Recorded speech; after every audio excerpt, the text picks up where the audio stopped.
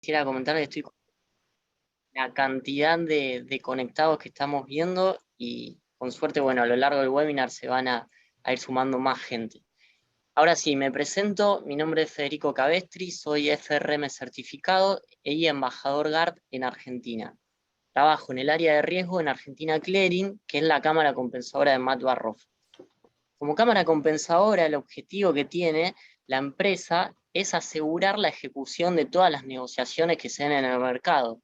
¿Cómo hace esto? Se interpone como contraparte central entre el comprador y vendedor, de manera de responder ante un potencial default en alguna de las partes. Es decir, si alguno de los participantes no cubre la liquidación diaria, es Argentina Clearing la que sale a responder por esto.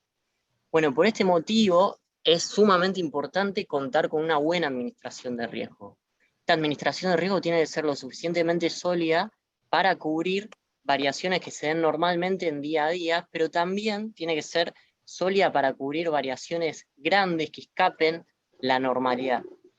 Bueno, es por esto entonces que en el webinar hemos traído como caso práctico para charlar la evaluación de 2019. En esta evaluación, como ya recordarán, se dio en agosto de 2019 en un contexto donde Argentina estaba atravesando las primarias, las elecciones primarias, las PASOs. Siempre que ocurre este tipo de eventos, el mercado trata de anticiparse a lo que cree que puede llegar a pasar. Y esto lo podemos ver en los precios. Bueno, no fue la excepción esta. El mercado ya se anticipó previamente a la elección a lo que podía llegar a pasar. Sin embargo, lo que pasó no fue lo que venía esperando el mercado. Entonces, ¿qué ocurrió? Los precios tuvieron que reajustarse. Y esto significó grandes variaciones que escaparon a esta normalidad que se puede ver en el día a día. Como recordarán, el tipo de cambio llegó a aumentar hasta un 23% y el minorista más de un 30%. En lo que es acciones, las acciones bajaron hasta, en algunos casos, llegar a un 50%, y lo mismo pasó con los bonos. Los bonos cayeron hasta un 15%. Se ha oído hablar mucho en noticias de 15 sigmas. Bueno, la realidad es que en algunos casos llegó hasta 30 sigmas estas variaciones, que si bien es una referencia muy técnica, para que se den una idea qué es esto, qué significa, se dice que en contextos normales una variación de 3 sigma, hablando de sigma como unidad de medida, debería abarcar el 99% de los casos de estas variaciones normales. Bueno, definitivamente los precios no se comportan de manera normal, sino la teoría nos indicaría que esto debería ocurrir una vez cada miles de años, y la realidad es que no es así, y más en un mercado quizás como el argentino, donde se presentan con mayor frecuencia y a veces con mayor acentuación que en otros mercados. Bueno, el caso de Matt Barrofex no estuvo exento. Como verán en este gráfico, las liquidaciones de ese día superaron ampliamente la media y esto repercutió no solamente en el mercado, sino a todos los participantes de él.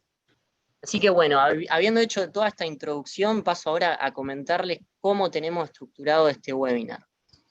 En una primera instancia vamos a estar escuchando las experiencias de lo que pasó puntualmente en este caso de la evaluación de las PASO, y para ello vamos a estar escuchando a María Inés Gutiérrez, quien es gerente de Matt Barrofex en la mesa de operaciones, Leila Utrera, gerente de riesgo de Argentina Clearing, y Félix Grimau, que trabaja en JP Morgan y es trader.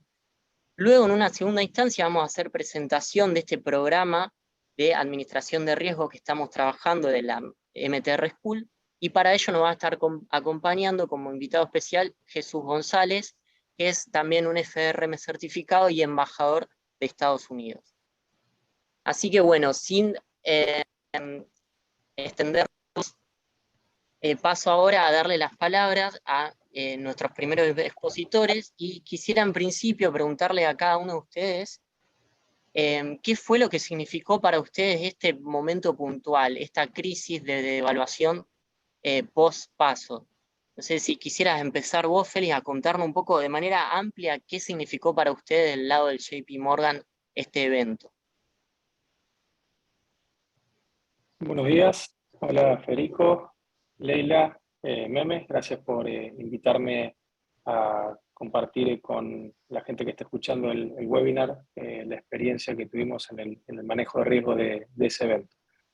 Mira, como vos dijiste antes, uno se prepara teóricamente para esos eventos de muchos sigmas.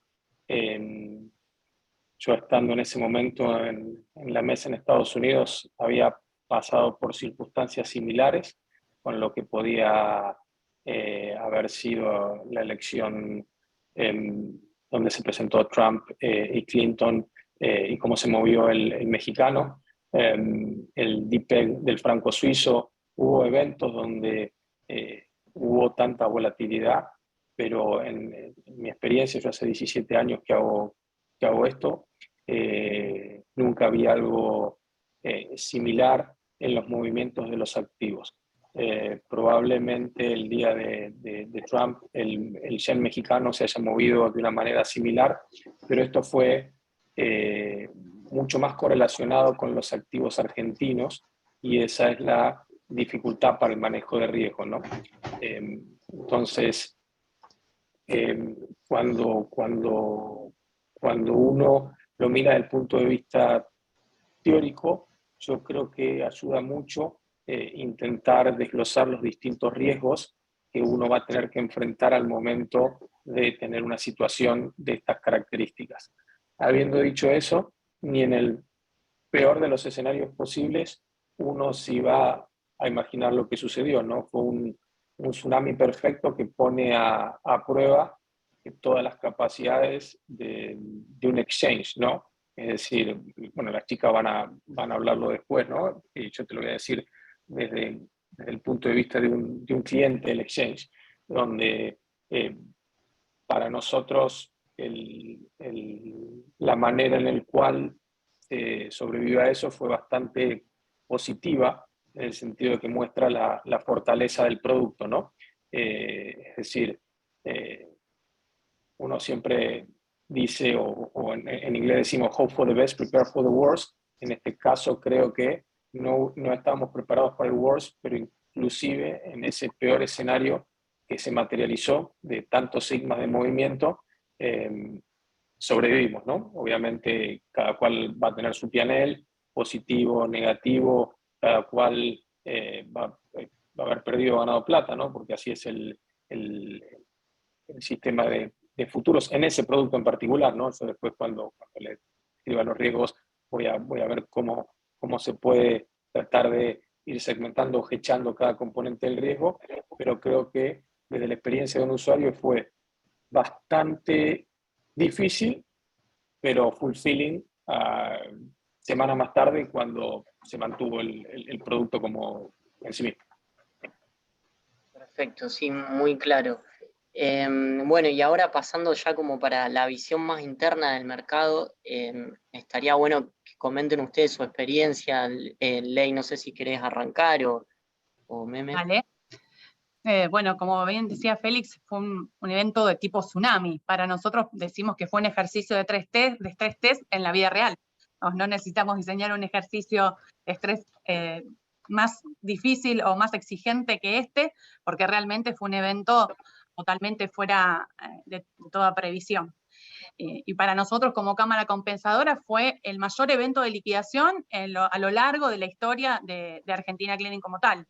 En este día puntual, el día, digamos, el post de evaluación, post 12 de agosto, nosotros al día siguiente, 13 de agosto, tuvimos que liquidar en un solo día el equivalente a lo que habíamos liquidado en los 2 meses previos anteriores. Es decir, nosotros pasamos de una liquidación promedio de 1.800 millones de pesos a una liquidación de un único día de 73.000 millones de pesos, es decir, un monto 40 veces superior. Así que en términos generales podemos decir que fue un ejercicio de estrés en la vida real y bueno, como bien decía Félix, lo bueno fue que salimos airosos de este evento. Sí, bueno, de hecho en el gráfico que veíamos estaba claramente esto que comentás de que en un día cómo se disparó la liquidación para la Cámara, ¿no? Porque, bueno, también como comentaba Félix, en el caso de nuestros productos siempre el hecho de que una persona esté perdiendo quiere decir que hay otra que está ganando la misma cantidad. Esto hizo que las liquidaciones se disparen. Bueno, y desde el punto de vista del mercado, Meme, si nos podrías contar así la experiencia de qué significó para ustedes. Bueno, me presento, yo soy María Inés Gutiérrez, yo soy gerente de operaciones acá en Matva Rofex y he estado acá en la empresa 19 años, o sea, un par de añitos, o sea que he vivido algunas crisis. Justo el otro día recordábamos algunos momentos icónicos como 2015, olvidables también, 2008, con la caída de Lehman Brothers, que habían sido movimientos muy fuertes, pero con nosotros, más que nada 2008, siendo un mercado muchísimo más chico en cuanto a volumen y en cuanto a open interest, que es básicamente lo que te termina moviendo.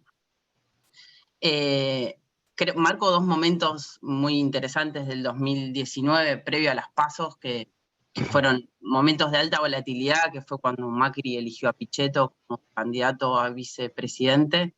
Ahí se generó un movimiento de muchísima volatilidad, muchísima euforia por parte del mercado.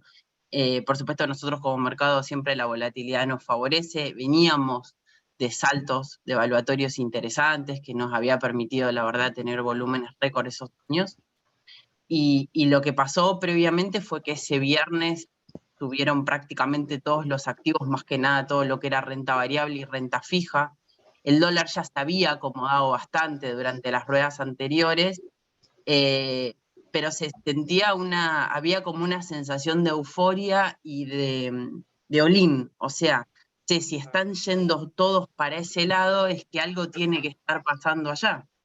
Entonces había muchísimo volumen, la verdad que veníamos con ruedas con muchísimo volumen, ya habíamos tenido nuestra mejor rueda histórica del año, básicamente había sido ese año, que había sido, si no me equivoco, el 28 de abril del 2019, o sea, veníamos con un volumen muy creciente y con todo lo que trae el volumen, ¿no? Digamos, errores de fat finger, gente muy estresada, muchos clientes ingresando órdenes, entonces mesas muy revolucionadas en ese sentido, y había había un espíritu de euforia, había un espíritu de felicidad, ese era el espíritu que se sentía. Hablamos previo, ¿no? Yo me había concentrado en el previo, no tanto en el post, pero bueno, como Leila contó un poco todo lo que venía pasando, no sé si querés que cuente el post o lo dejamos para otro capítulo, Fede. Más adelante podemos seguir con el post. Entonces fue un desafío muy grande para nosotros como mercado en cuanto a procesamiento de órdenes, en cuanto a eso, a errores de ingreso de datos, porque había como una euforia y eso, y a validar ciertas herramientas que tenía el sistema para evitar errores y a ponerlas a prueba, básicamente. Y ya ese viernes, en productos como Rofex 20 o como Futuro de Galicia, habíamos superado el límite diario de variación, o sea que realmente habíamos tenido un aumento considerable, llegó a subir más de un 16%. Entonces había como un clima, o sea, el Rofex 20, recuerden, es un índice, ¿sí?, que refleja las 20 acciones que más se negocian en BIMA. Entonces imagínense si ese índice subía ese porcentaje, cuál era la sensación de todo el mercado sobre los activos argentinos. Entonces daba esa sensación de que había que comprar lo que haya. No sabíamos si era barato o caro, había que salir y comprar porque después del resultado del domingo, el lunes, esto tenía que explotar. Bueno, sí, explotó. No, probablemente no de la forma en que muchos... Y explotó tal cual. Sí, y está muy bueno esto que comentaba de un poco de la experiencia, bueno, en todos tus años, pero escuchándote también no hace falta como tener tanta experiencia en el mercado laboral, me refiero, para vivir alguno de esos momentos de grandes variaciones, ¿no? Y habiendo dicho esto, como que estaría bueno también que nos cuenten un poco cuáles son esas herramientas que tienen tanto de la Cámara, el mercado y los inversores para prever estos casos, pues sabemos también de que no fue la última y esperemos que no, pero lo más lógico es que se vuelva a repetir algún caso como este. Entonces estaría bueno que nos cuenten qué herramientas cuentan para sobrellevar este tipo de crisis. Estaría bueno arrancar desde el punto de vista de la Cámara. Entonces, Ley, si nos podrías contar, porque digamos es la que debería en principio salir a asegurar la ejecución de todas estas negociaciones. Entonces estaría bueno escucharte primero, Ley, a ver qué nos podés contar. Bueno, dale, gracias, Fede. Bueno, como bien decías, como Cámara Compensadora, nosotros estamos especialmente diseñados para garantizar el cumplimiento de las operaciones. Para ello, nosotros contamos con un sistema de salvaguardas que está diseñado para soportar el default de alguno de sus participantes. Entonces, este sistema de salvaguardas se estructura de manera tal que contamos con una cascada de recursos que están a disposición de la Cámara Compensadora para garantizar el cumplimiento de estas operaciones. El primer nivel que tenemos nosotros como dentro de esta cascada de recursos son los activos que los propios ALICs, o digamos, las sociedades de bolsa integran a fines de cubrir los requerimientos de márgenes que estipulamos desde la Cámara Compensadora. ¿Cuál es el objetivo de integrar requerimientos de márgenes? Los requerimientos de márgenes se integran en activos a fin de prever un potencial incumplimiento al día siguiente en lo que Félix comentaba anteriormente, el P&L, o digamos, con profit and losses, pero nosotros también lo conocemos como mark to market o diferencias diarias, digamos. Todo lo que tenga que ver con las pérdidas del día siguiente, que pagan en T+1, en nuestro esquema tradicional, se garantiza el día anterior con la integración de márgenes. Márgenes que están diseñados para capturar situaciones normales de mercado, ¿no? Nosotros utilizamos herramientas estadísticas que analizan la volatilidad de precios y en función de eso determinamos, por ejemplo, con Value at Risk, con otras herramientas, cuál es el nivel de márgenes apropiado para cubrir el riesgo que implica el pago de las diferencias diarias al día siguiente. Particularmente en lo que fue las PASO 2019, para lo que era el dólar, nosotros arrancamos el viernes con un margen en torno al 12% del tamaño del contrato, para lo que era la primera posición, y ya a comenzar la mañana, ese 12% de garantías que teníamos potencialmente se redujo a un 9,5%. Es decir, de un solo golpe, nuestras garantías se vieron sustancialmente reducidas, y evidenciando, como vos también comentabas en un primer momento, que los precios no se mueven de manera normal, porque esto fue un evento de cola, claramente que no fue capturado por este sistema de márgenes. Entonces, para situaciones como esta, lo que nosotros tenemos previsto también, situaciones como esta en las que la variación de precios supera lo que está definido como rango de variación, contamos con herramientas adicionales como pueden ser las llamadas intradiarias de pago de diferencias anticipadas. Es decir, en lugar de pagar las diferencias en T+1, saldar el P&L en T. Y bueno, para eso, digamos, se cuenta con esa herramienta que está prevista desde lo teórico para poder dar garantía a las operaciones. Y si esto no fuera suficiente, también tenemos sucesivos niveles de escalones en esta cascada de recursos que contemplan fondos específicos que destina tanto la Cámara como el mercado para garantizar con recursos propios estas operaciones, fondos mancomunados que integran todos los participantes, es decir, todas las sociedades de bolsa, los ALICs no incumplidores, que integran de manera mancomunada para soportar el riesgo sistémico, y bueno, finalmente también el patrimonio de la Cámara. Y en este caso también otra herramienta que me parece que está bueno señalar es lo que tiene que ver con las garantías, no solamente, digamos, con el pago del mark to market, tiene que ver con los aforos que nosotros les determinamos a los activos que recibimos en garantía, y la evaluación diaria que hacemos de los mismos, que nos permite también llevar un requerimiento de garantías al día y que nos permite tener una cobertura ajustada. En este sentido, nosotros siempre hemos sido bastante, llamamos estrictos o bastante juiciosos al momento de determinar aforos para garantizar un buen nivel de cobertura. Claro, que también es muy acertado porque de hecho, bueno, como mencionamos, nosotros los activos que tenemos aceptados en garantías, la gran mayoría se vio, por no decir todos, se vieron afectados en este evento, entonces automáticamente el valor de esas garantías se reduce. Exactamente, muy no solamente había una presión sobre el pago del P&L, sino también que veían reducidas sus garantías, afectando significativamente el nivel de márgenes que tenían integrados. Claro. Bueno, y Meme, en el caso del mercado, vos estabas comentando esto de las variaciones que tienen los precios para cada contrato? ¿Cómo querés contarme un poco de estas herramientas claro, que ustedes cuentan? nosotros dentro del mercado del sistema de negociación tiene algunos atributos que lo que permiten, ¿sí?, es evitar un poco el control, más que nada, de lo que se llama fat finger o de errores, ¿sí?, de cometer errores, ¿no?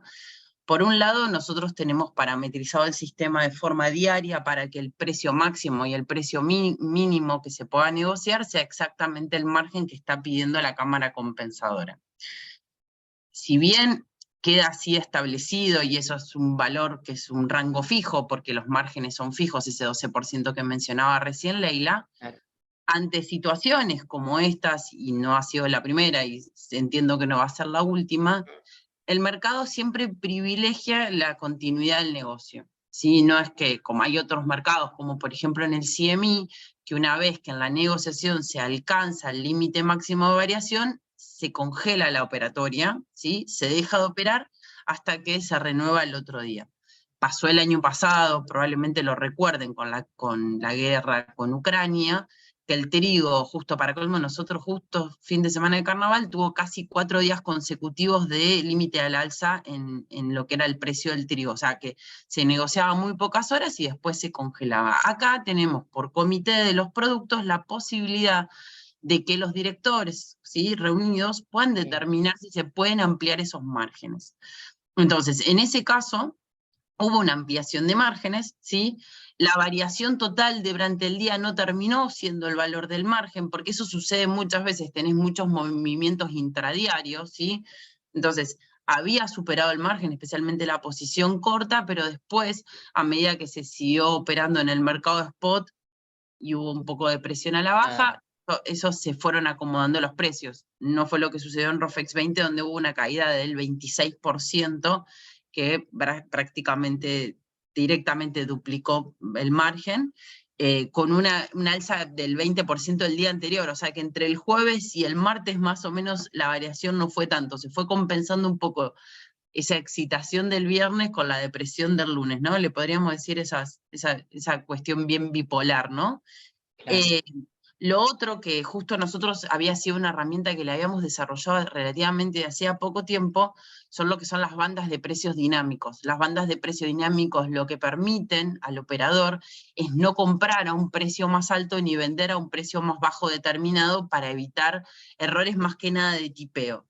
Parece una pavada, pero la dislexia en los números es muy común, y escribir 2,98 queriendo escribir 2,89 para un precio de compra es bastante normal, porque se nos mezclan un poco los dedos. Entonces lo que hacen estas bandas de precios es evitar ese tipo de errores.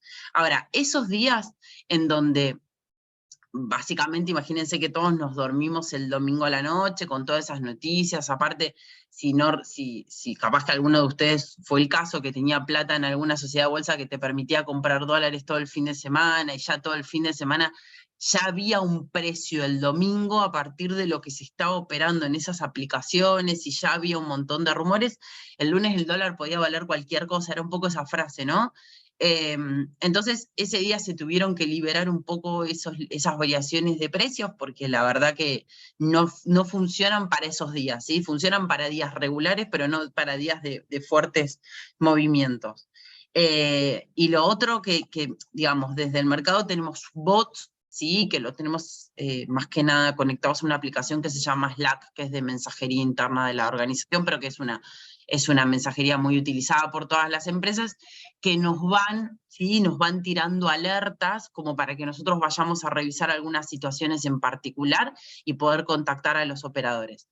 De todas formas, íbamos monitoreando lo que sucedía en los otros mercados de referencia, y íbamos viendo que los precios se movían todos para los mismos lados, o sea que sabíamos que no había nada extraño, que era lo que más nos preocupaba a nosotros.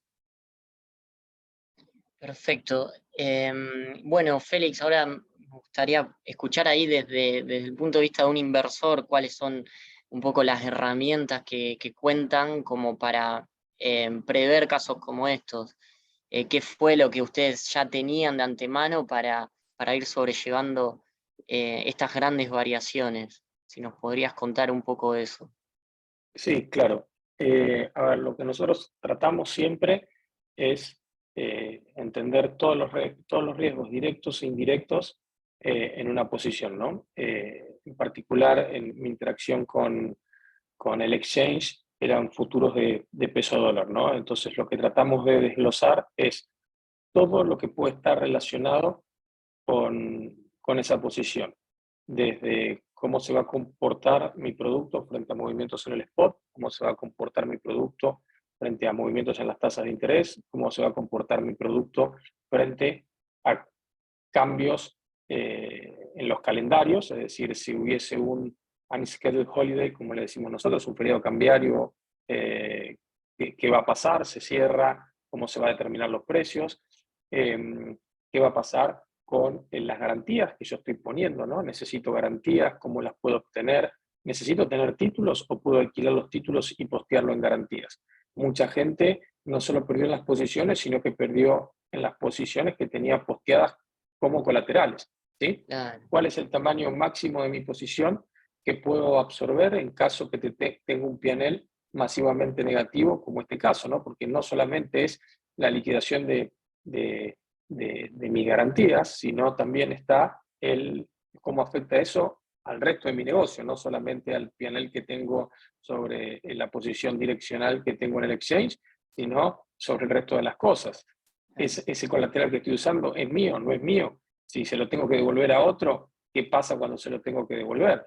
Después están los márgenes, y eso es lo que yo puedo controlar. Y después están las cosas, bueno, no todo eso puedo controlar, pero también están las cosas con el cual interactuamos con el exchange, ¿no? El nivel que nos sentimos cómodos como inversor de márgenes, ¿no? Esos márgenes, nosotros de nuestro lado corremos escenarios donde analizamos, bueno, en movimientos de tanto sigma, Claro. siendo honestos, nunca prevemos algo de la cuantía que sucedió en las PASO, ¿no? Pero cuánto puede absorber el mercado con el fideicomiso que tiene constituido de garantías. Creo que el inversor, si es chico, no tiene que hacer ese due diligence, pero si es grande y va a tener un porcentaje del exchange o del open interest del exchange importante, debiera empezar a preverlo, ¿no? Y también empezar a mirar lo que recuerdo en ese momento como meme que dijo la exuberancia irracional que había el viernes, que está priceando el resto de los activos, ¿no? O sea, esa exuberancia irracional se condice con el precio que reflejan los activos, ¿no? Porque mi sensación es que en ese momento hubo mucho de FOMO, ¿no? De fear of missing out. Muchos inversores compraban a cualquier precio cuando nosotros corríamos modelos, la probabilidad de que uno de los partidos políticos ganase era altísima, casi el 100%. Entonces nosotros siempre nos hacemos 3 preguntas. ¿Es posible? ¿Es probable? Y está bien priceado, ¿no? ¿Es posible que algo suceda? Sí, en la vida es todo posible que suceda. ¿Es probable? Bueno, cada uno le tiene que asignar las probabilidades que considera, pero después, con esas probabilidades, ¿está bien priceado el producto? Entonces, creo que no es solo una cuestión de view de mercado, sino que es manejo de riesgo, en definitiva, y creo que esa es la clave, o justo se toca tangencialmente esta charla, ¿no? Creo que es fundamental al momento de tomar posiciones para cruzar esos días en el calendario donde puede haber movimientos obviamente ya 3 sigmas es mucho para nosotros, ni hablar si fuese 30 sigmas, conocer bien el riesgo que te está llevando a tu casa overnight, ¿sí? Tomar una posición donde no entendés y acá voy a ser un poco técnico, ¿no? Pero el cross gamma que vas a tener entre tu posición de crédito y tu posición del derivado, y tenemos un problema, ¿no? Porque probablemente si esto hubiese, ahora con el diario lunes es fácil decirlo, pero si saliese como salió y el mercado hacía el sell-off que hubo en derivados de FX, y era muy poco probable que el crédito que vos tenías subyacente posteado como colateral no sufriese, ¿sí? Entonces, creo que es clave Obviamente hay que pensar ni en una ni en dos dimensiones, probablemente es multidimensional el análisis, pero Claro. tenés que hacerlo, sobre todo en países como Argentina, donde el payout puede ser X times, o sea, no va a ser el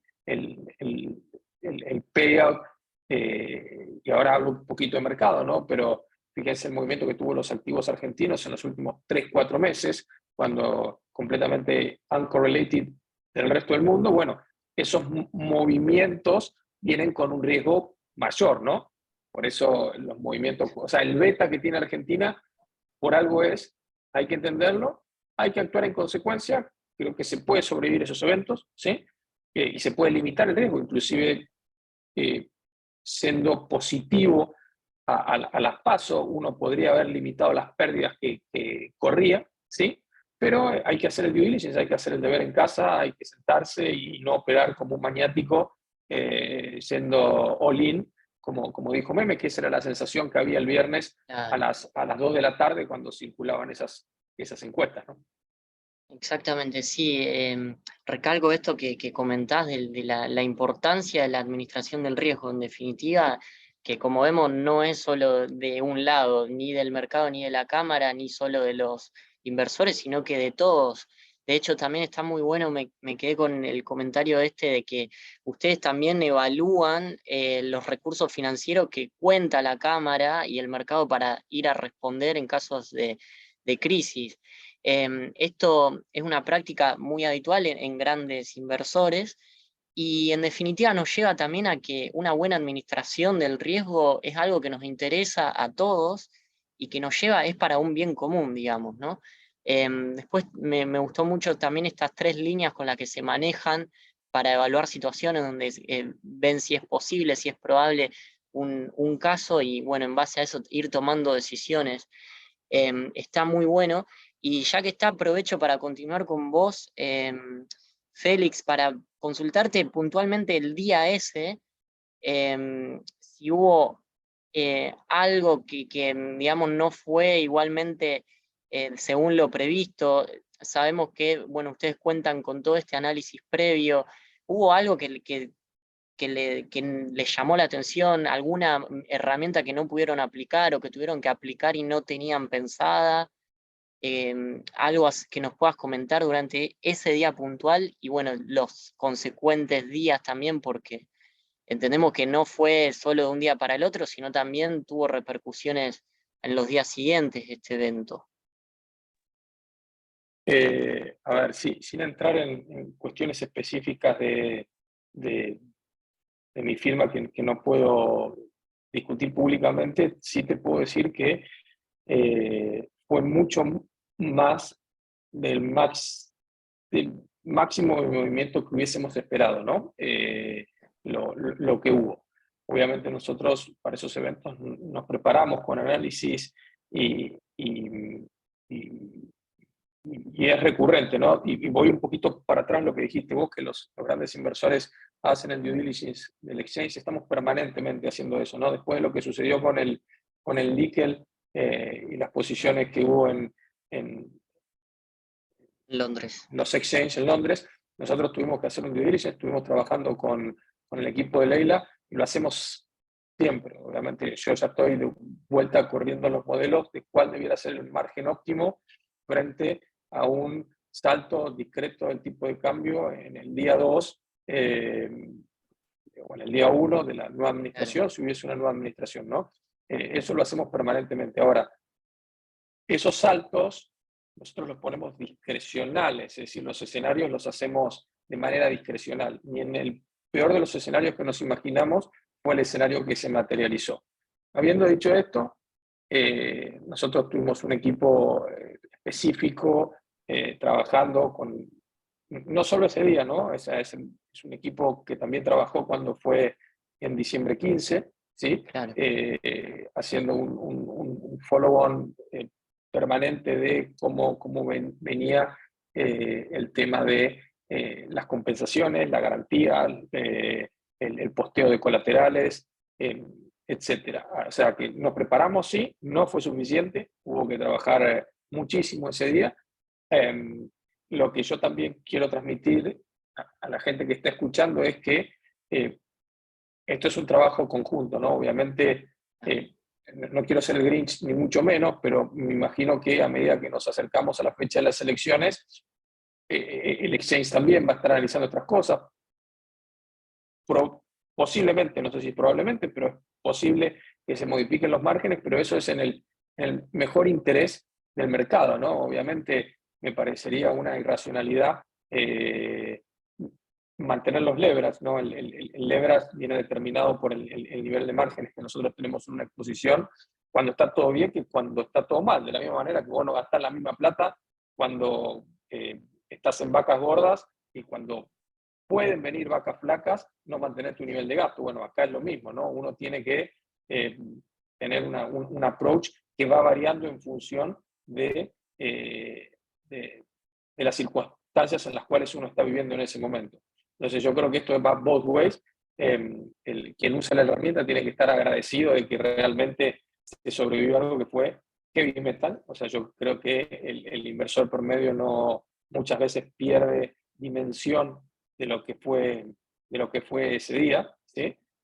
Los movimientos, o sea, los volúmenes explotaron, realmente explotaron, y no es solamente lo del exchange, porque vos tenés, que no es mi caso en particular, pero vos tenés clientes, vos tenés players que tienen sus cuentas comitentes y también tienen que hacer el due diligence para su cuenta comitente. Entonces, ese cross gamma que te nombro como una situación de volatilidad se eleva a la 2. ¿Entendés? Habíamos dicho que es multidimensional el análisis, bueno, es multidimensional al cuadrado, ¿sí? Si tenés solo derivados financieros, si después tenés derivados agrícolas también, entonces empieza a jugar todo. Cuando vos tenías también el ROFEX 20, bueno, la componente de tasa, cómo se mueve la componente de tasa en ese futuro con la componente de tasa de los otros futuros. Había gente, no lo conozco, pero podría estar arbitrando tasa en un mercado y en otro, y va a estar wipe out en todas sus posiciones, cuando él teóricamente a fin del día puede haber ganado plata en el intradiario, se le desapareció la posición. Entonces yo quiero ser muy, muy enfático, y la verdad que calza como anillo al dedo con esta ponencia, o con el título, obviamente, por eso me llamaron para hablar, pero el manejo de riesgo. Creo que si vos vas a operar acá, sea yo, sea cualquiera de los stakeholders que están involucrados en este producto, tenés que entender el riesgo que estás manejando. ¿Es hedgeable? Es hedgeable. Todo es hedgeable en la vida, ¿sí? Ahora, tenés que saber cuál es el riesgo potencial que estás corriendo en tus posiciones. Claro, está perfecto. Muy, muy interesante todo lo que comentás.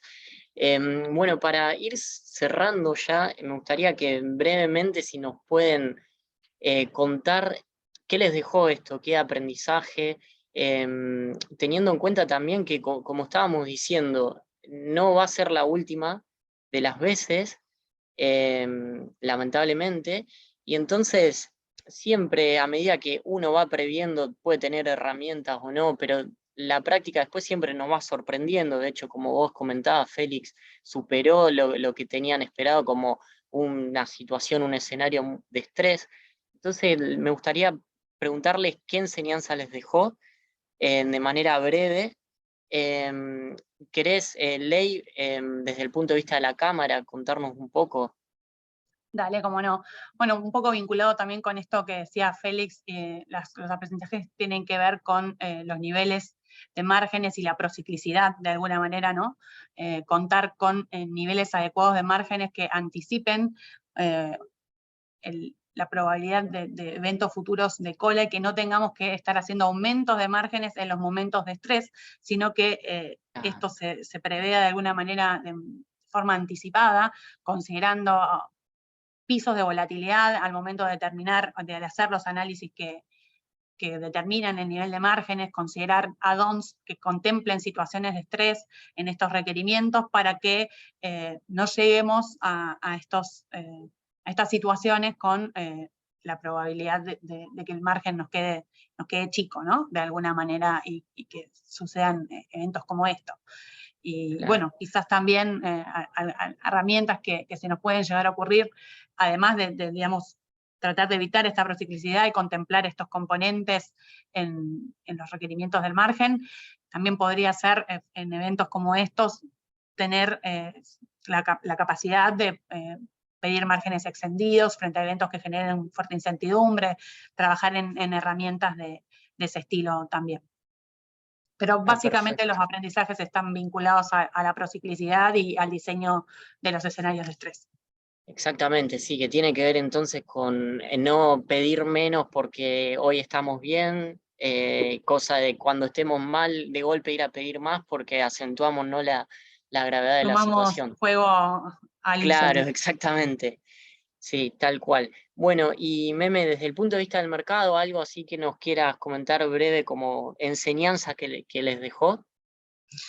A ver, como enseñanza, primero para mucha de la gente que estaba conmigo en ese momento de la mesa de operaciones, sí fue su primer evento disruptivo, entonces, de alguna forma, transmitir calma, no sé si la palabra es calma, pero sí serenidad, porque hubo gente que del lunes al martes no durmió, entonces era decir, bueno, son movimientos grandes, a ver, insisto, para mí yo había tenido situaciones más complejas dentro de lo que era el área operativa que esto, entonces capaz que yo estaba como medio hasta relajada, pero sí nos trajo muchas enseñanzas sobre manejo del estrés del cliente, ¿sí? Lo que nos trajo muchas enseñanzas fue sobre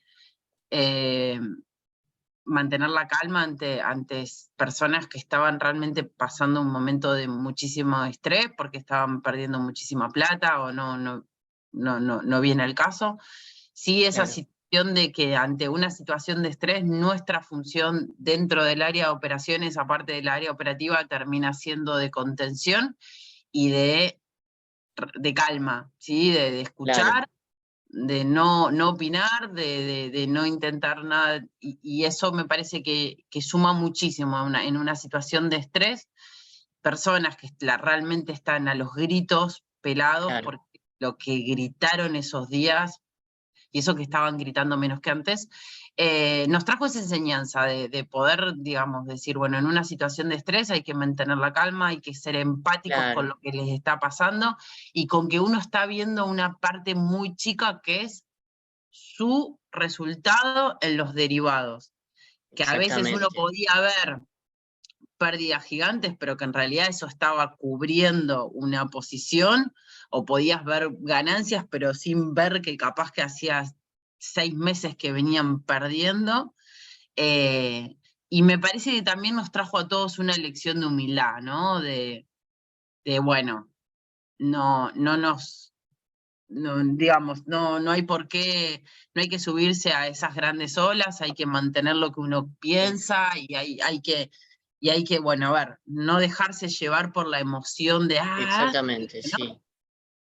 Nos calmamos, vemos los números, porque en definitiva los números son los que realmente nos van a terminar diciendo la verdad, respiramos y seguimos. Me parece que tiene que ver con una enseñanza más del lado personal. Claro, más del lado humano, claro. Sí, para mí sí, fue mucho más de ese lado. Sí, pero muy, muy importante. No todo en finanzas es número. No está bueno, la rama de Behavioral Finance justamente trata eso. Bueno, y para cerrar, Félix, si nos querés decir unas palabras de algunas enseñanzas que les dejó. Diría enseñanza desde el manejo de riesgo. Es muy difícil prever todos los escenarios, ¿no? Obviamente uno tiene que hacer el due diligence, pero siempre hay un cisne negro, ¿no? Uno lo ve, lo están viendo ahora en los mercados mundiales, lo viste en la Argentina. Así que eso desde el punto de vista del manejo de riesgo, desde lo humano, y creo que adhiero a lo que vos dijiste del tema de Behavioral Finance o lo que decía Meme, no recién, pero al principio de la cuestión del FOMO, ¿no? O sea, nosotros siempre decimos que los mercados abren todos los días, ¿no? Entonces, si vos te perdiste esta oportunidad, puedes entrar en la oportunidad siguiente. Lo que no te tiene que llevar a hacer es tomar una posición la cual no te sentís cómoda del todo con la que estás tomando, ¿no? Entonces, nosotros vimos mucho de eso, había mucha gente que nos llevamos que no entendía el riesgo que estaba corriendo, y al momento de enfrentarse a los P&Ls que tuvo, fue algo choqueante, ¿no? Entonces, siempre, y creo que ya lo dije 5 veces, pero conocer el producto que operas, ¿no? Porque de esa no te salva nadie. Acá esto es por guita de verdad. Entonces, cuando hagas tu P&L, el Profit and Loss, y veas un número que no te gusta, siempre se puede desglosar, y el problema fue no haber entendido qué fue el torpedo que te podía hundir por debajo de la línea de flotación. Entonces, creo que hay que combinar las dos cosas. En este caso, por la exuberancia irracional que tuvo el mercado el viernes, no le quitaría esa componente, ¿no? Me gustaría saber cuánto fueron posiciones nuevas y no posiciones que venían de meses o semanas atrás las que sufrieron ese día, ¿no? Entonces, eso se lo dejo para que alguna vez Leila presente un paper ante la cámara de los exchanges, de cómo frente a esos eventos cambiar el approach días antes, pero eso es muy, muy importante. O sea, la componente humana no la dejaría fuera de estos análisis, ¿no? Tal cual. Bueno, esa enseñanza en ese evento, perdón. Claro, está clarísimo. La verdad que, bueno, muchísimas gracias a los tres. Re interesante todo lo que cuentan, porque aparte tenemos la visión de 3 participantes del mercado, de la cámara y de la parte de los inversores. Así que está buenísimo escucharlos. Podríamos seguir un montón más, pero bueno, lamentablemente tenemos el tiempo limitado. Así que bueno, les agradezco nuevamente a los tres. Finalizamos esta primera instancia entonces, y ahora paso a comentarles el lanzamiento de un programa de capacitación, como ya teníamos previsto en este webinar, de un programa que estamos armando de la MTR School para administración de riesgo. Como vimos, la administración de riesgo es importantísimo, y lo vimos claramente, que nos interesa a todos, a los inversores, a los mercados y a las cámaras. Y entonces, ¿qué es lo que buscamos con este programa? Buscamos brindarles a ustedes las herramientas para poder formarse de la manera profesional en lo que es administración de riesgo, y puedan entender todo tipo de productos, que como nos comentaba Félix, hay que entender los productos. Administración de riesgo no es solamente matemática y estadística, sino es entender bien los productos, conocer todos los productos disponibles que tenemos, para así poder tomar decisiones de cobertura y demás. Y esto lo vamos a estar ofreciendo entonces en este programa. A su vez, el programa tiene como objetivo formar a todos los alumnos como candidatos para rendir el primer examen del certificado de FRM. El FRM es un certificado internacional que es líder en la industria y está reconocido por los principales empleadores del mundo. Es a nivel internacional, bueno, y a nivel también internacional, no en el caso de Argentina, sino en otros países, está reconocido también como un título de nivel de posgrado. Esto ocurre tanto en Estados Unidos como Canadá, bueno, la Unión Europea en general y demás países. Ahora bien, para ya no robarles más tiempo, les voy a explicar un poco cómo es este examen. Nosotros en el programa lo vamos a estar capacitando para rendir el primer examen, pero son 2 exámenes para obtener la certificación. Este examen es de opción múltiple y se hace en inglés puramente, y luego también de haber rendido el examen necesita el candidato probar 2 años de experiencia en la industria de administración de riesgo. Tiene 5 años para probar esto, ¿no? Es decir, no hace falta contar previamente con estos 2 años de experiencia. Bueno, para esto también entonces voy a presentarles ahora a Jesús González, que trabaja en Mitsubishi Bank en Estados Unidos, y él es embajador GARP, que GARP es la organización que emite estos certificados. Y Jesús, entonces me gustaría que les cuente a todo el público un poco cuál es tu experiencia, cuál fue tu experiencia como FRM certificado, todo lo que te aportó este certificado, ¿no? En tu vida profesional y laboral. Gracias, Federico. Primeramente, ¿cómo andamos de tiempo? Quería saber si... Estamos bien. Sentite Ok. libre Ok. de, Bueno, buenos de días a contarnos todos. todo, que te Sí, sí, escuchamos sí. con atención. Gracias. Buenos días a todos. Primeramente, quiero darle gracias a Federico y a Roflex School por invitarme a este evento. Es un placer para mí relatar mis experiencias de cómo obtení el certificado de FRM. Para empezar, soy oriundo de Panamá y allá empecé mi carrera laboral, pero he vivido muchos años en los Estados Unidos. Y sí quiero hacer un paréntesis para felicitar a Argentina por traer la Copa Mundial de Fútbol a América. Muchas gracias. Como hermano latinoamericano, muy feliz de ese logro. Muchas gracias. Bueno, Nosotros estamos muy contentos también. sí, cada vez que recuerdo me alegro mucho. Bueno, brevemente, ya llevo más de 20 años en la industria financiera y mi carrera profesional empezó como analista de riesgo, específicamente de crédito. Pero he sido analista en otras áreas como analista de riesgo de commodities, de los mercados de la bolsa, también un poco de riesgos operacionales. O sea que sí, empecé la carrera de analista en varias áreas de riesgo. Y entonces mi formación educativa también fue en finanzas y economía, así que ya tenía una buena base, pero la realidad es que la administración de riesgo como disciplina o como carrera hace 20 años no existía. Eso era totalmente nuevo. Incluso GARP fue fundada a finales de los 90 y el examen de este FRM empezó en 1999, si mal no recuerdo. O sea que tiene solamente un poco más de 2 décadas. Y yo estuve pendiente desde la fundación de GARP, al fin se está formando a una nueva profesión y también el examen. Entonces mi interés en la certificación empezó a incrementar con el pasar de los años, cuando estaba empezando mi carrera profesional, por varias razones. Entre ellas que yo empecé a notar que colegas míos estaban estudiando para conseguir la certificación y también algunos ya la habían obtenido. Entonces, como que ya estaba tomando más reconocimiento en la industria. Claro.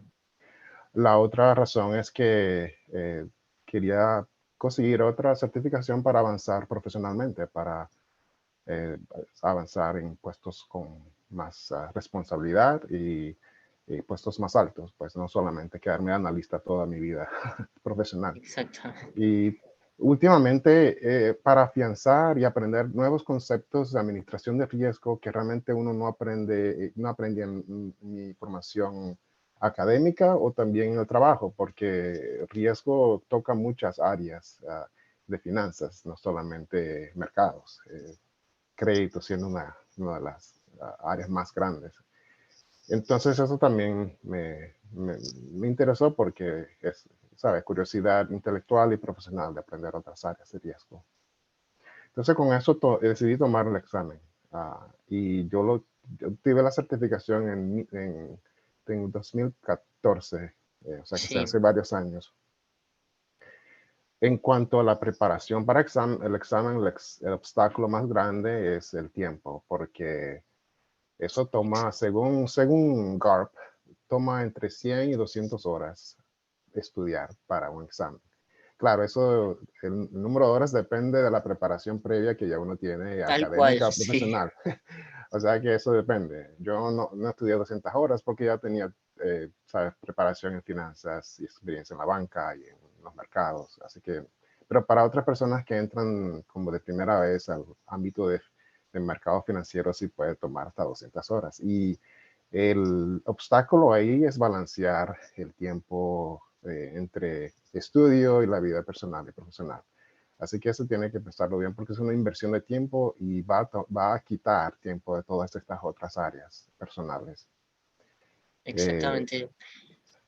Sí, Dime. y está bueno escucharte porque la verdad, bueno, yo también, haciendo como analogía con lo que contás, en mi caso, bueno, también rendí el examen y el tema del tiempo en el examen es quizás hasta más difícil en Ujú. cierta forma que el contenido, ¿no? Obviamente el contenido es muy difícil, pero parte del examen es también, no entiendo, cómo poner a prueba al candidato a resolver en poco tiempo y tomar decisiones. Creo que pasa por ahí. Quisiera preguntarte, bueno, ya nos contaste, ¿no?, la implicancia de rendir el examen, ¿no?, que te abre también puertas a un crecimiento en tu carrera laboral. Quisiera preguntarte el tema de qué opinás del tema del idioma, Eh, porque bueno, dado que acá en Argentina no somos bilingües, ¿no? Y si el examen se rinde en inglés, que nos cuente un poco cómo lo ves eso como tema obstáculo a la hora de rendir. Bueno, sí, buena pregunta. Bueno, afortunadamente ya yo era bilingüe, ya yo estaba acá en los Estados Unidos y tomé el examen acá, pero yo pienso que eso no necesariamente debe ser un obstáculo tan grande. Si uno tiene un buen nivel de comprensión en cuanto a lectura, porque no es necesario dominar el inglés completamente.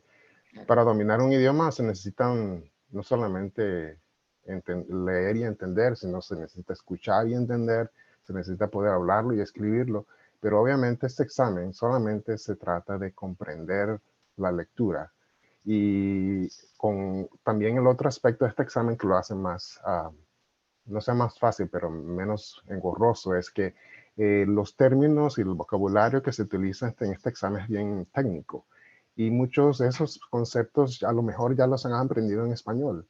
Simplemente que se necesita aprender nuevas palabras, nuevos términos. Y les doy el ejemplo, un ejemplo muy básico es como matemáticas. La matemática es igual en todos lados. Lo único que cambia Exacto. son las palabras. Entonces, en este ámbito, si ya has estudiado algo de economía, de finanzas, administración de empresas, o algo de matemáticas o de estadística, bueno, todos esos conceptos son iguales, simplemente que se necesita saber los vocablos en inglés para poder entender. Así que eso es básicamente lo que yo pienso. No lo veo como un obstáculo súper grande porque solamente se necesita ser bueno en la comprensión de lo escrito, ¿sabes? De la Claro, lectura. claro, claro. Bueno, me encanta porque la verdad coincido plenamente. Yo en mi caso no soy bilingüe, tengo un buen nivel de inglés, digamos, pero nunca tampoco lo recibí como un obstáculo, porque justamente lo que comentás es solo leer. Y cuando estudiamos finanzas ya estudiamos los conceptos en inglés. De Ujú. hecho, cuando escuchábamos a Félix, cuando nos contaba su experiencia, muchos términos lo estuvo mencionando en inglés, porque en la realidad es como se los conoce, ¿no? Correcto. Así que me gustó traer eso para que también la gente no lo vea ya como un impedimento el hecho de que sea en inglés, y se anime también a formarse. Bueno, Jesús, la verdad no sé si quisieras compartirnos algo más desde ya, que te agradezco muchísimo. Bueno, sí, Eh, últimamente sí, solamente conseguir el FRM me ha beneficiado bastante profesionalmente. Primeramente me benefició a resolver problemas que no había visto antes en mi trabajo, claro, porque la gama de conocimientos es grande y entonces me dio herramientas nuevas para solucionar esos problemas. O sea que uno aprende bastante y lo puede usar en el trabajo. También me ayudó a ascender en mi carrera profesional y eso, bueno, era algo que me interesó. Así que sí hay beneficios tangibles de conseguir esta certificación porque ya es reconocida globalmente en muchos países, incluso exacto, claro, latinoamericanos. Así que no es solamente, o sea, acá arriba en los Estados Unidos. claro, claro. Bueno, muchísimas gracias. La verdad que De gracias, nada, Jesús, a la orden. por tenerte. Fue un lujo también a los expositores anteriores. Y bueno, ya damos entonces por finalizado, y ahora me gustaría decirles a todos, invitarlos a formar parte entonces de este programa de administración de riesgo, que les vamos a estar mostrando todo el contenido para el FRM parte 1, y además vamos a ver, les vamos a permitir también lograr esas herramientas que Jesús cuenta, que de verdad que te abren las puertas para ir creciendo y también te abren la cabeza para ir entendiendo y tomar decisiones quizás que uno desconoce por no saber que puede contar con ciertas herramientas, ¿no? Así que, bueno, si pueden formar parte de este programa, más que contento de nuestro lado. Y bueno, estoy viendo que están haciendo unas preguntas, no en todos los casos vamos a poder contestar lamentablemente porque estamos excedidos del tiempo, pero me gustaría que si no se quede nadie con la duda, que nos escriban en cursos@matuarrofes.com.ar. Para cerrar, bueno, voy a leer una pregunta que nos están diciendo si es necesario tener un título de grado para obtener el certificado. No, no es necesario tener ningún tipo de título para rendir y tener el certificado del FRM. Solamente hay que estudiar y aprobar 2 exámenes, ¿no? Nosotros los que vamos a estar preparando en este programa es para el primer examen. Luego deberían aprobar ese examen, el segundo examen, y lo que es experiencia laboral la pueden validar en un transcurso de 5 años, es decir, tampoco ya tienen que contar con esa experiencia de antemano. Para mayores detalles, vemos que también nos preguntan mucho sobre cómo inscribirse en el examen, cuál es el costo. Bueno, yo para ir no quiero darles montos precisos porque la verdad no recuerdo bien los montos del examen, pero les vamos a estar pasando a todos los inscriptos más detalle del examen y un link de GARP, que es la asociación que la emiten, para que puedan ver en detalle cuál es el monto, porque el examen tiene una inscripción y también tiene material oficial que pueden o no comprar en el caso que estén interesados, porque también pueden hacerlo de manera independiente con material que ustedes tengan aparte, ¿no? No es necesario comprar entonces el material este. De todas formas, nosotros en este programa de administración que estamos preparando, contamos con todo el material necesario para que ustedes puedan ver todos los puntos incluidos en el programa. Bueno, habiendo dicho esto, y de nuevo reitero, si no se queden por favor con ninguna pregunta, si nos pueden escribir en cursos@matbarrofe.com.ar para que así podamos responderle todas las dudas. Damos entonces ya por finalizado el webinar y de mi parte agradecerle a todos los que estuvieron conectados principalmente y de nuevo a los expositores. Jesús, muchísimas gracias. Félix, Ley y Meme por contarnos siempre su experiencia, que es más que interesante. Y ahora sí, bueno, entonces les digo hasta luego a todos y los espero en el programa de administración de riesgo, que ya estarán recibiendo más novedades. Muchísimas gracias. Chao, hasta luego. Chao. Gracias, hasta luego. Gracias.